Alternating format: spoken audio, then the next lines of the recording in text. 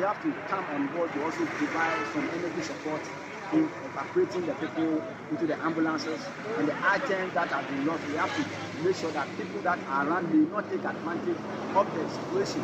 It's important that we protect the properties of those that are still alive. So what I saw in brief is that people lost their lives and there were casualties that were rushed to the hospital, Univer Hospital. And as they seeing the pits, you can see leftovers, let me use that word, leftovers of body parts, which is unfortunate. At a point when we even got into the car to offload the items in the car into the police van so that it will be taken to the police custody, I saw body parts of human beings. Then I have to cover them so that I'll be able to step forward and retrieve the items such as monies and what have you before I give those items to the police. You had eyewitnesses to a car accident that happened at Gomwa Ochirko, which has claimed 16 lives. Meanwhile, the municipal fire commander for the area, DO2 Kwesi Hughes, spoke to the media after visiting the accident scene. When you misconduct yourself on this part of the road, because it is a long curve, and you know the road is good. So normally, this is where people try to test their cars and do overtaking and all that. I don't think that we should blame anything on anything. We should blame these things on the attitude of the driver.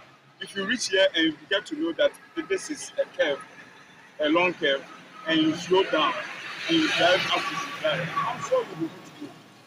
You get it? Because when we attribute some of these things to certain things like superstition or anything, it is the driver's attitude. You need to know where you are going and you need to reduce your speed. So if you want to test your car at the verge of oncoming vehicles, there will be an accident. And also, but what amazes me is that most of the passengers, they will be in the car and the driver will be sleeping. They won't say it. They will reach the barrier and not even come to the policeman that our driver has been sleeping. So park him for him to rest for at least walk around for a while.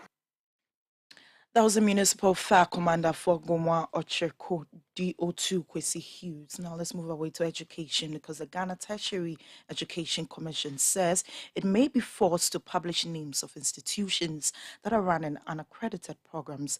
The commission says its checks reveal that a section of the public has fallen victim to these institutions through advertisements.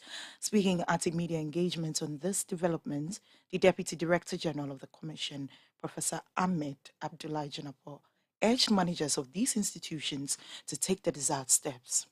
When you go on our website, you see all the programs that are running. And as I said, there are instances that you will get institutions indicate that we submit an application. The program is accredited or is not accredited. When you apply for a visa and you submit your application, you cannot go to the airport to board a plane on the excuse that I've submitted my application. No, you need to be accredited. And the accreditation process ends when you are issued a certificate. So the avenue or platform for people to know whether programs are accredited or not is on the GTEC website. With time, we will have to move a step further. We will have to move a step further by more or less publishing programs and institutions that are not accredited. We are publishing programs and institutions that are not accredited. And if you realize, we've had a history to that effect, where institutions and their programs nearly collapsed because the actual map they put in the papers that this institution is not accredited. We do not want to get to that level. We, as I indicated, do have an appreciation of a historical background of where we are coming from. That's why we are trying to tread cautious. We don't want to spoil anybody's business, but we also want the stakeholders in this whole enterprise to work with us so that at least there will be some kind of decency when it comes to the tertiary educational landscape. Well, he also added that some of the unaccredited programs at the Kwame Nkrumah University of Science and Technology and the University of Ghana, which were cited in the 2021 Auditor General's report, have now been accredited. I must be frank with the public that since last year when the Auditor General's report came out, There have been a lot of commitments on the part of the different institutions, and with specific reference to University of Ghana, Kwame Nkrumah University of Science and Technology, and UCC in being up to touch with their accreditation. And I can see on authority that since last year, University of Ghana have been around 129.8% improvement when it comes to accreditation of their programs. Kwame Nkrumah University of Science and Technology, based on where they stood as of the Auditor General's report, they've been able to move up to 180.5%, which for us is very important, is commendable, and UCC about 41.9%. A lot still needs to be done. Our aim as a commission is to have zero tolerance for non-accredited programs. All programs before they are run need to be accredited. And we are doing everything within our power to ensure that this is done. Professor Ahmed Abdullahi Jinap was the Deputy Director General of the Ghana Education Tertiary Education Committee, or Commission rather. Now, the board and management of the Koforidua Senior High Technical School have suspended 85 students indefinitely following an attack on students and teachers of the New Juaben Senior High School. The attack, which happened on Sunday, May 14, left 4 students of the New Juaben Senior High School and the school's chaplain badly injured. Personnel of the Ghana Police Service, who were called in during the attack, managed to arrest 4 students. The school's disciplinary committee, which also began an independent probe into the attack while liaising with the police, managed to identify 6 students who masterminded the attack and were immediately handed their sanctions.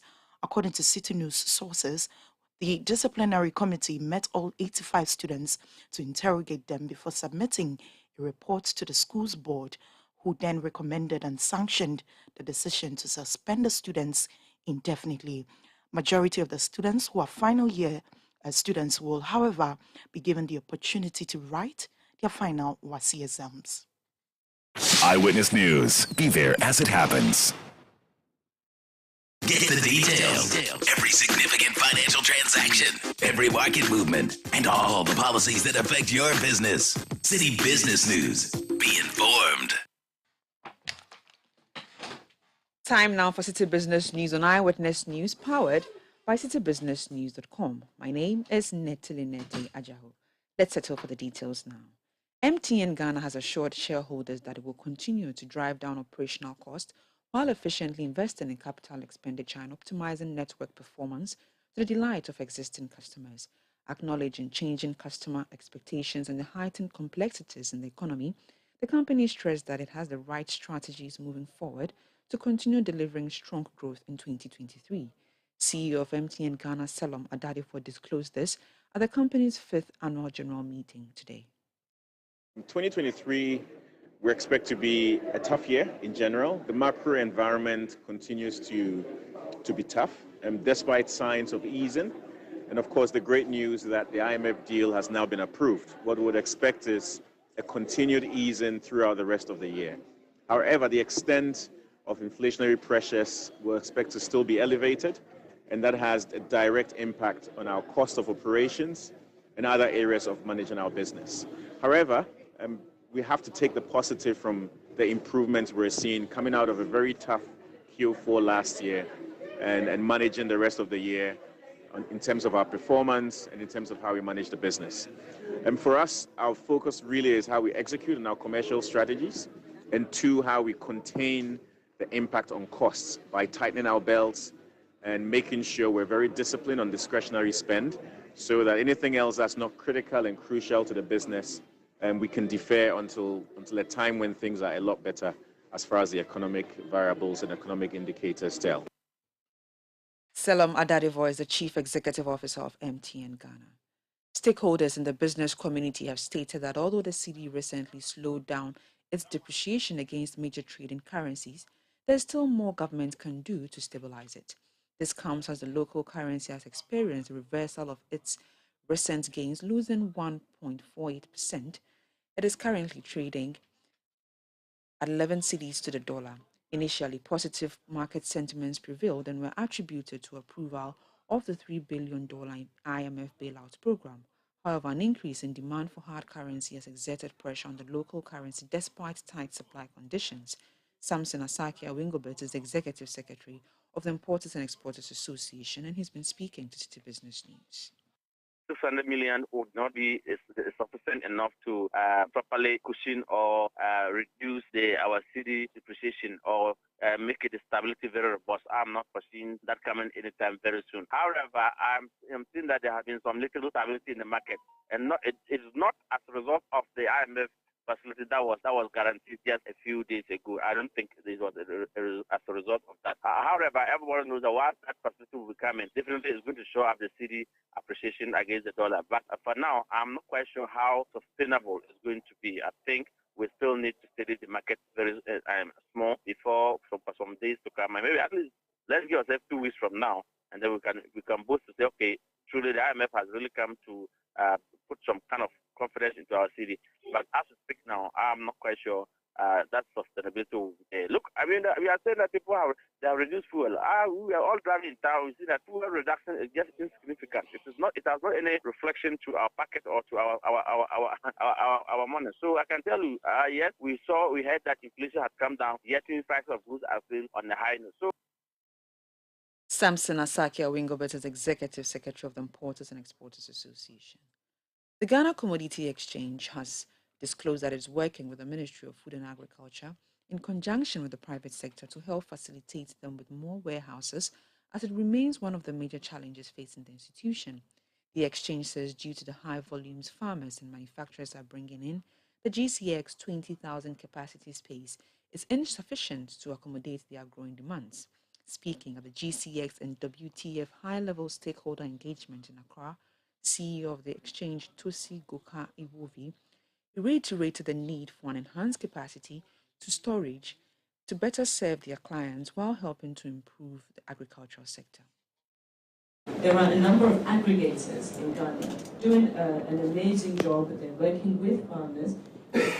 You hear a lot about, the middleman cheating farmers. It's not every middleman that cheats farmers. There are some that are building relationships with farmers. There are some who are forming, cooperatives. So they'll aggregate from the farmers, they'll bring it to the exchange, so this is how we can have the increased volumes. They will sell it, they will take their commission, the farmers will get their money, but the farmers know how much they're getting for their commodities because the information is transparent. The aggregator knows how much it is, the farmer knows how much it is. GCX shares that information with all the stakeholders, down to the farmer whose commodity has come to the warehouse. So, this is where we are today. We need space. So we've gotten to a place where now people are, we're building trust in the system. People have come, they've tried, they've seen that it works, and they want to come. But now we don't have the kind of capacity in terms of storage space that can service them. So we're at a point now where we're ready, opening up, yes, to private sector, but we're also working with the Ministry of Food and Agriculture to quickly deploy the warehouses, those which are empty under 1D, 1W. Tosi Goka Ivowi is the CEO of the Ghana Commodity Exchange. With the African oil and gas market projected to register a growth rate of more than 5.5% between 2022 and 2027, the African Center for Energy Policy, ACEP, is calling for a holistic research into the energy industry to secure the future of the continent. The think tank explains that with the global trends of technology and calls for transition into greener energy, research has become critical to inch the economy of the African continent closer to growth. Executive Director for ACEP, Benjamin Boachi, made these comments at the Africa Energy Meet Forum organized by Third World Network Africa and the Southern African Resource Watch in Accra. There are some technologies that we may just need to import and buy. I mean, even China and Taiwanese, who are the leading chip manufacturers. I mean, the system that they use to manufacture the chips can only come from Canada or Holland, because that's where the technology is emerging from. So it doesn't hurt for us to buy the technology that can assemble the solar PV and work with it, and over time see if there's an opportunity to improve or even develop our own technology. So we may not have it yet, but if we have research going on new forms of energy and it becomes successful, we could partner other people from anywhere to actually give life to those outputs that are coming from research. Who is benefiting from the fumes that we are still generating in the polluting cooking options like charcoal and the rest of it, and who essentially, I mean, we should have technology to at least address some of these basic things such as cook stoves. Benjamin Boachi is the Executive Director for the African Center for Energy Policy. And finally, the Ghana Union of Traders Association has rejected claims that the trade unions have folded their arms, allowing governments to get away with the imposition of policies that are not in the interest of businesses. The government has introduced taxes and policies such as the COVID-19 recovery levy, the e-levy, and that the business community insists is mitigating against them. Speaking to City Business News, Dr. Joseph Oping explained that the challenging times have made it difficult for them to oppose such policies. It is never true that businesses have relaxed with government for government to have its way. It's only that for the previous tasks that were being imposed, businesses were trapped. We were trapped because it was tied up with the IMF program that we all think the panacea for the woes of the economy. And that the businesses were just being cautious not to do anything that would destroy the IMF program. That we were just being good citizens and not necessarily being maybe unreasonable in our demands and all that. But it doesn't mean that we have been relaxed with government. No government can take the business community for granted. And that if it goes to the extent that we cannot take it, probably we'll get there. Dr. Joseph Oping is the president of the Ghana Union of Traders Associations. And that's all for City Business News on Eyewitness News. It was powered by your most comprehensive business website, citybusinessnews.com. My name is Nete Ajaho. Up next is Point Blank. You know your Papa see that? And it's rickety car. Hey, Papa! Bobo, so how your engine now? It is half man, half amazing. Thanks to Quartz and you can feel better energy. Can't touch this.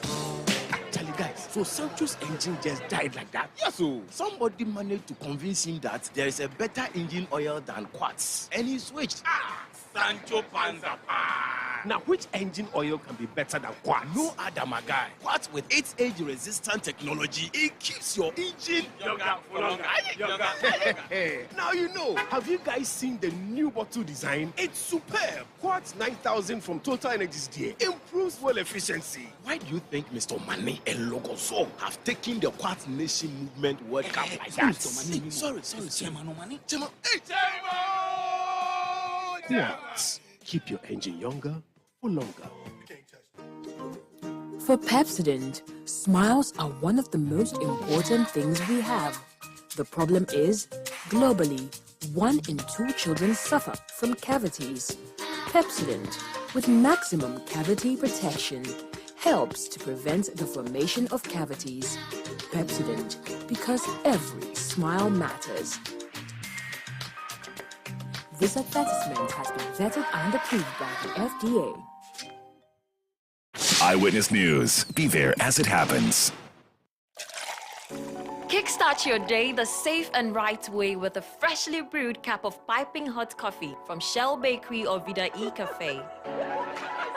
Reconnect and catch up with friends and unwind over cheesy burger goodness during your lunch break at Burger King. Relax this evening with drinks and meals at Honeysuckle and Starbites. Relax and enjoy the perfect weekend plan filled with fun, food, and family at KFC, Burger King, or Starbites. Refuel your energy at Shell and let your adventure drive you on this road trip. Take a break at any of our Shell stations and enjoy any of these great offers from our partner restaurants. Shell, go well. Insightful, intriguing, intelligent, and informative. The City Breakfast Show offers an attractive alternative to the noisy mishmash of morning radio. Tune in to the City Breakfast Show for passionate discussions on issues that matter and enjoy interviews where duty bearers and decision makers have their feet held to the fire. The City Breakfast Show airs from 6:30 a.m. to 10 a.m. every Monday to Friday on 97.3 City FM.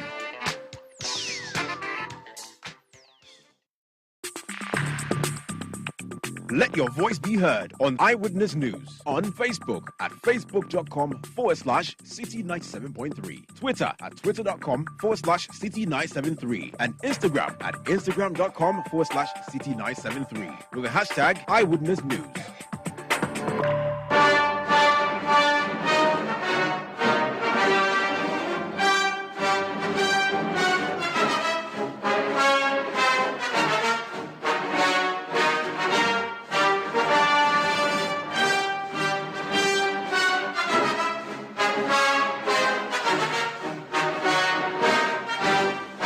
This is Point Blank on Eyewitness News. My name is Umaru Sanda Amadou. Tonight on Point Blank, the New Patriotic Party's flag bearership position is vacant. The NPP has announced for members of the party who are interested in leading the party in 2024 you can pick up forms and prepare to be vetted and possibly lead the NPP. In 2007, when the party made that announcement while in office, 17 people picked up forms. 17 people were on the ballot. In 2023, the party has made the announcement. We have around 10 people or 9 people who are interested in running for the position. Since Friday, party members who want to lead the NPP have been going to the office at Asylum Downs to pick up forms. Tonight, I have in studio one of the persons seeking to be flag bearer of the New Patriotic Party. He is not what you call a front runner, but he says by the end of the process in August, I would call him the first of the top 5. Mr. Kojo Poku is NPP flag bearer hopeful. You're welcome to Point Blank on City. Good evening, my brother. How are you? I'm well, thank you. How are you? I'm very well, and let me say a beautiful evening to your listeners and all those that are listening to us. We appreciate. I'm very well. Who is Kojo Poku? Well, Kojo Nsafwa Poku is a very young Kojo man. Nsafwa Poku, yes. My middle name is Nsafwa. Like Key? Keys, yes. Okay. KNP, the voice of the youth. All right. So I'm a businessman who's been doing his own private business for the last 21 years. I serve on a lot of corporate boards, both Ghana and international. My main company is Gas Oil or FKP and Route Investments. I have lived in Accra not too long. I'm originally from Kumasi. I was born in Kumasi, went to Pokuwari. I'm 49 years of age. And I have been around the party for a very long time.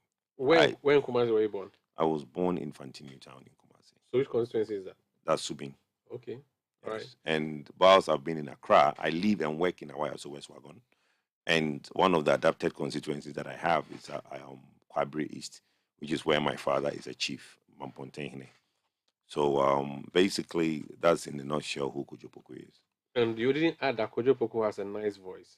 Well, it depends who is listening. Nice voice is relative. Some people, my voice, they think I'm too hyper, so my voice irritates. No, but right now they are sounding smooth. Yes, I'm warming up. You're warming up. Please don't be too hyper, because if you become too hyper on Point Blank, the temperature may go too high. I see. So you went to university where? I did university in London, not in Ghana. Okay, so you did. I only did 1 to Form 5 in Ghana. I did 6th Form in London and university in London. I see. So what's your profession? If I'm a journalist, what are Okay, so if you want to call me, when I came out of school with a network certification, which is a CNA, Certified Network Engineer. Okay. Okay. But I've never practiced that. If you want to call me my profession, I just call myself an entrepreneur. I'm an entrepreneur. So because since as far back as 93 in London, I started doing my own business. I had a shop in London till I came to Ghana in 98 and set up my own business. I see. Family man? Yes, married with 2 kids. 2 kids. Okay, all right. I think you've I'm just checking the boxes for you. You have to be 40 years. You have to be sane. You look very sane to me. Yes. You have to have plenty of money. It looks like you have plenty of money. Your suit is Amen. sparkling. That's good. I mean, if those are the things that look, the money aspect, I don't know why people think that you need plenty of money. Look, by God's grace, when I started this thing, I think I'm one of the few people that did not look at my pocket before I decided to do this. I thought, look, I have what it takes. I have the energy, and I can do this. Then along the line, I've just been bumping my head against the wall and thinking, But look, God being so great, I've done well in the last year and a half when I started this journey, and I've come so far. Have you run for assemblyman before? I've never run for any position before. Nothing. School prefect? No. Class prefect? No. Nothing. They will not class prefect, but then you see, you don't want to go into my history in school. Okay, so let me tell your history. No, but I'll tell you a little bit of my history when it comes to class prefect. I ran for class prefect and I won. But then the teacher came in and said, I'm too hyper and I'm too naughty to be the class prefect. Then they now got a calmer guy in the class to be the class prefect and made me the deputy. Too bad for you. I mean, your hyper thing is a big problem. You have to work on it. Well, no, I don't have to work on it. It's good. It's good energy. It's not a bad energy. You're it's fine. good. It's good energy. I see. Okay, so you never contested anything before. No. Have you taken up any appointment in the NPP government before? Well, I was a special assistant at the Ministry of Tourism when my adopted mother was the minister at that time, Hawa Yakubu. That's Kufuor's time. Kufuor's time. Many yes. years ago. Yes. You were special assistant to Hawa Yakubu, yes. At the Ogede. Ministry of Tourism, yes. Rebecca. I see. Okay, then. And recently I have served on the board, a couple of boards, but then. Government? Government board, yes. Appointed by who? Akufo-Addo? No, yes, recently, on the Ghana Cylinder board. Oh, you and Frances were there? Yes. Or that's not the Frances? No, time? Frances time. So did you leave as soon as she left? After 20,000. No, we served our term All the way after to 2020, Okay. and then I never went back. So that's on the board. most recent thing you have done. All right, let's look at your party, NPP. What have you done at the grassroots level? Well, a lot. Look, at the end of the day, not everybody can be a party official. Not everybody can be an executive of the party. We all serve the party in various ways. The party needs a certain engine to take. And one of the things that need to take is people who basically adapt the constituencies and take care of the constituency. So I also West Wagon. If you go to the constituency office, they will tell you the relationship they have with me. In elections, I help when they need resources to basically take care of people who go to various polling stations. When it goes to Kwabri East, I also help a lot at the constituency when the constituency offices need stuff. So in my capacity, I think my strength is really providing the support and financing when there is the need for. I see. When did you obtain your NPP party card? Okay, so my party card as it stands, everybody's card had expired. It is renewed every 4 years. So my recent one is the 2016 to 2021. So you got in 2016? No, before that I had. Okay. But it expires. There is the Sir John one and there's the John Bodu one, and now there's going to be the Do you have one now? Yes, which expired recently, which is the current one that everybody has. Issued by who? Issued by John Bodu. But the ones that they've taken information for the Justin Kodia one, that one has not been issued. So when was the first time you got a party card? That was 2012. 2012. That was the first time you joined the party? Yep. No, not join the party. You see, that when people say join the party, it makes it look. It makes it look like your when party you have. says Ufri, Well, those things. You see, let me give you an example. When some people, when you want to enter into such contest, then yes, you put that in perspective. But there are people who have a good relationship in the party and help the party, and not necessarily hold a party card. But the reason I'm saying that, you see, in 2012, when you were now applying to get a party card, somebody was busily promoting the NPP in the Supreme Court and performing what your party members have described as a very sterling one. Dr. Mahmoud Baumia. Okay. You want to challenge someone like that?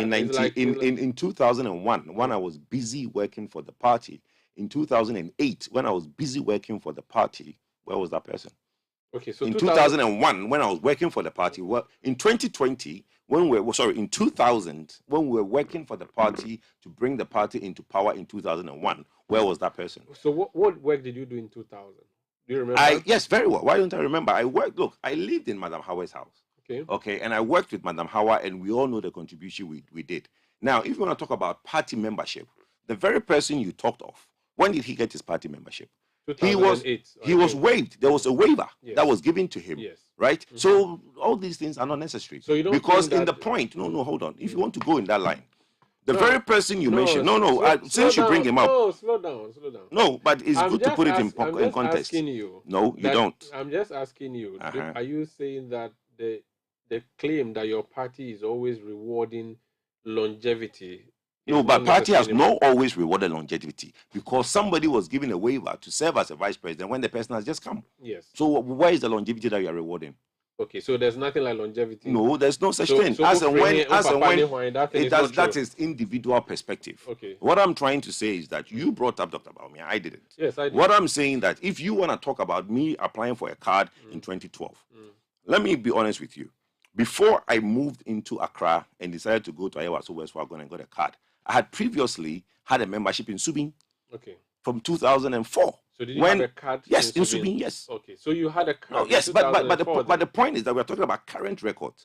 But No, when we're talking about when you but joined for the somebody, NPP. no, that's the problem. If you want to talk about when somebody joined, you want to tell me Dr. Baumia joined the MPP in 2008? I'm sure. No, he did not. That was when Nakuba Well, brought that's him. not, but that's not when he joined the party.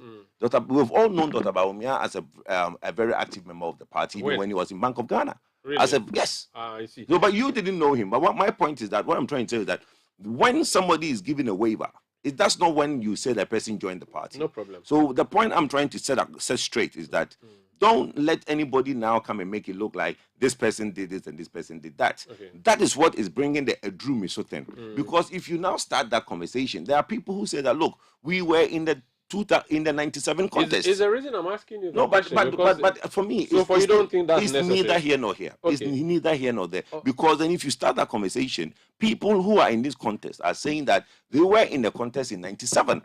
And in 97, they should be the one that should be rewarded with a dream. So not people who started in 2007. Okay. Let's talk about experience, exposure. Alan Kojo Chamantin, Alan Cash. Almost everybody knew how to sing Alan Cash's song in 2007. He didn't win.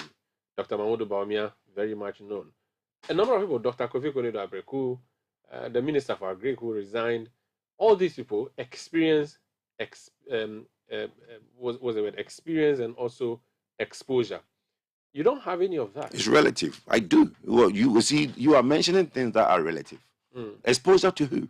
Exposure to what? To the voters. No, but the voters there now are different from the voters that were there in 2016. So They are still what? voters. No, but they are not the same people.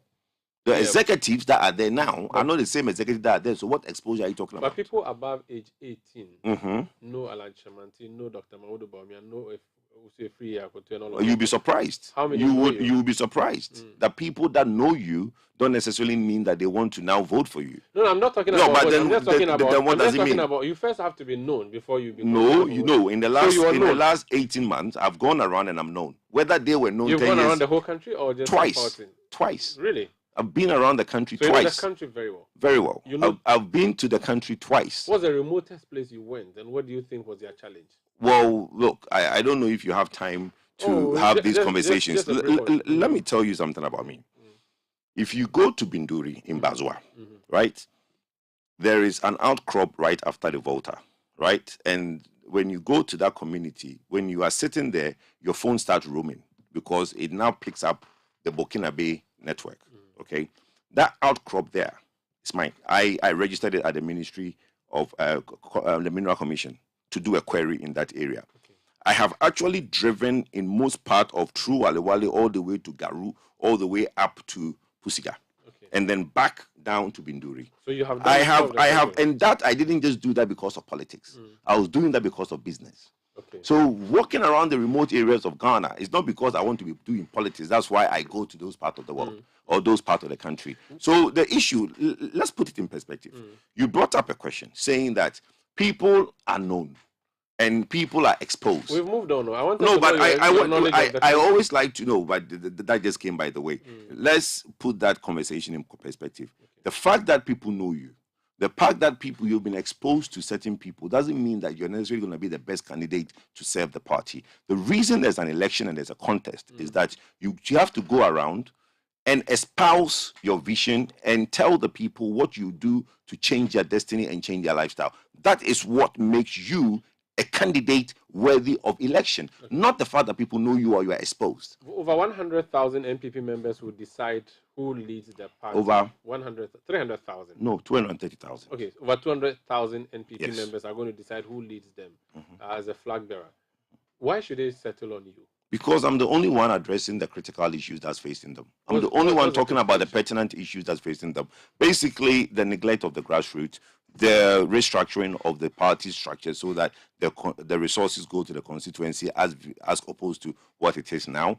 If you are looking at if every day the constituency's leadership are there facing the real problems of the constituency and the resources are not coming the time and when they need it. So for me, when I go around, what is bringing me up and what is making me do things? Look, there are people going around and trying to feed into the anger at the grassroots and try to make it look like they are the ones that have the solutions.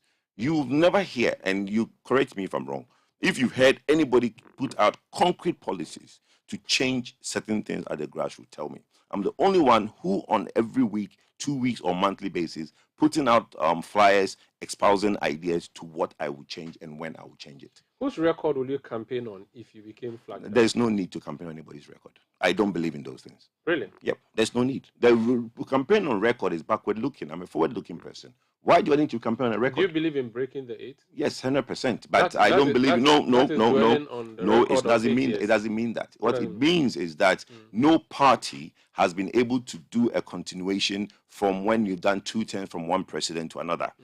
When you talk about campaign on record, why I don't believe in campaign on record is that I don't think that if I, Kojo Poku, is to serve Ghana, I should come and tell you about what my predecessor did. That doesn't tell you how good I am. We keep focusing on the wrong things as Ghanaians. So you focus on the future. Yes, exactly. What I would do. That's the most important thing. Not what Kufuor did or not what Nanado has done that he's leaving. What's that got to do with you? What's that got to do with me? Okay. He's done what he can and he's leaving. So why would you want people to vote for you based on what somebody who is leaving has done? Okay. What does Kojo Poku plan to do in tourism for Ghana if he became president? Well, look, let me tell you something. Tourism is a private sector-led business. Okay? Tourism is not a place where government will now come and say that, look, we now make X amount of foreign exchange from there by counting the number of people that come into the country and said, okay, if everybody comes in and spend $100, foreign tourism bring X amount of money. No, it's a private sector-led business. If you want to grow tourism, create an enable environment for private sector to grow. Today, I'll give you an example. If somebody comes into Ghana and they go into the hotels and they go into the sites and go into other, have you been to any of the tourism sites and see the facilities that are available? It can be done well, but is the private investor having money to go and put in these tourism sites? I have said in the past that when you go to Dubai, every day there's something new for someone to go and look at. Sometimes you're looking at something that you're thinking, but why am I looking at this? But they've made so much noise about that thing that you feel like you have to go and look at it. But all those things are private sector led. So government, really and truly, just create an enabling environment for tourism. We need to give a lot of waivers in terms of taxation because, look, the hoteliers and the tourism sites and all those, they are really dying under heavy stress of taxation. So if you don't look at the enabling environment to let that industry thrive, Ghana is one of the most expensive destinations when it comes to hoteliers. When you are staying in a hotel in Ghana, the rate you are paying, go to Dubai and go to other tourist destinations and stay in there. So if you want to be a tourist destination, you need to start looking at those things. But you can only let the hoteliers, which is a private investor, look at those rates if you reduce the taxes on them. That's the most important thing. Are you certain you will be part of the top 5? How certain? I am 120% certain that I would be the first in the top 5. First, so yes, number 1. Number 1. Who else do you think would be in number 5? Well, look, I have had this conversation in Kumasi and it ended up being that I have endorsed other candidates. So I'm not going to go into that thing and start mentioning people's name. I was in Kumasi and I said that, I think that in the top 5 is going to be this person, in that person, in that person. And all of a sudden, a certain camp came out and said, I've endorsed this person because I said that person, because I mentioned that person's name first. Are you doing this to support someone ultimately? Why would I? Let me tell you something, my brother. I'm a very successful businessman. Nobody will leave their business in my capacity, right, to come and test waters or be a joke. I don't believe in those things. So at the end of the day, why would I? What's the need for? Look, I'm not new to this politics. I've been doing this since, look, if I want to just be relevant, okay, since 2010, I'm probably one of the most known faces on TV. TV3, Joy News, City News, you guys, your guy, Samens. I was on TV3 with Samens. It's not my guy, it's my boss. Your boss, yes, Samens. I was on TV3 with Samens almost 2-3 times a week. Okay, during 2012 to 2016. Ask him, he will tell you about me. So if I'm looking for relevance, I'm already relevant. In terms of name, in terms of ideas, in terms of everybody that wants to discuss energy, we'll call Kojopoku. So at the end of the day, I don't need to do this for popularity or anything. I'm known, but I just feel that there's something fundamentally wrong with the way we run our politics and the way we run government, and I want to come and change that. How many languages do you speak? Only English and Chi. Only English and Chi. Would that not worry your campaign? Why? Even if some people are walking around, there was once a fine gentleman in MPP who did very well and only spoke English. You know that? Why are you going to attack him? No. Who? Jacob Echebilamte. Oh, yeah, he became your chairman. He spoke only English. Did you know that? Yes. So why would me speaking Chi and English, why should it be? But he didn't win the flag. Well, that's saying, why would having just one language be an issue? Because Jake didn't win the flag. No, but what I'm saying to you is that why would speaking just one language because you need to speak to the people. But hold on, if I come to you and speak to you in English, and you don't understand, I speak Chi, and you don't understand, I get a translator. That's what you do. But look, let me tell you something. When I was in primary school, I had the guy. There was a family called Diakiti. The man was a Fulani. He didn't speak a word of English. Like me. Well, if you are. He's called Diakiti. The man didn't speak a word of English. Those days, do you know what Kayabali is? You know what Kayabali? It's a sandals made of rubber. It's called Kayabali. He was the only importer in Ghana that brought Kayabali into Ghana. The man would go to Switzerland and go to all European countries. He didn't speak a word of English. You know why? He carried a translator. With him, extra cost. It doesn't matter. He has the money. If you have the money, why not? Those things are things that people like you worry about. I'm really enjoying the conversation, but Me too. time is up. We need to go. I want you to speak to NPP members and tell them why they should vote for you. Well, as I said earlier, Kojopoku is the only one who believes that, look, the grassroots need attention. People are just talking about the youth, the youth, the youth. I'm called the voice of the youth for a reason. I believe that resources to be channeled to constituency leadership. I believe that the status quo is not working and we need to reform. We need to create a body that will basically take care of constituency chairmen and MPs so that problems within constituencies are attended to well ahead of time instead of going through certain structures. I honestly believe that the youth unemployment that is in the country is a problem, and the three-pronged approach that I have, which is skill training, entrepreneurship, and creative arts, will solve most of our unemployment problems. Kojo Nsafua Poku, NPP flag bearer hopeful. Thank you for joining us. Thank you very much, my brother. We'll do this again. We have to, because it looks like you seem to have a certain perspective of how things should be, and I think we need to do some orientation. I have no perspective about it. I want things to develop. I just wanted to see what your own interpretation of that is. But there's more. There's more that we'll talk about. No problem, my brother. Wish you all the best. Thank you very so much. Thank you. My name is Umaru Sandamadu. Production by Beverly London and Kwabna Wells. Technical support from Oklad Danso. We'll be back tomorrow at 17:30 GMT. Thank you for listening to Eyewitness News. It's Tuesday, so Philip Kofi Ashon takes over the airwaves with City Trends. Good night.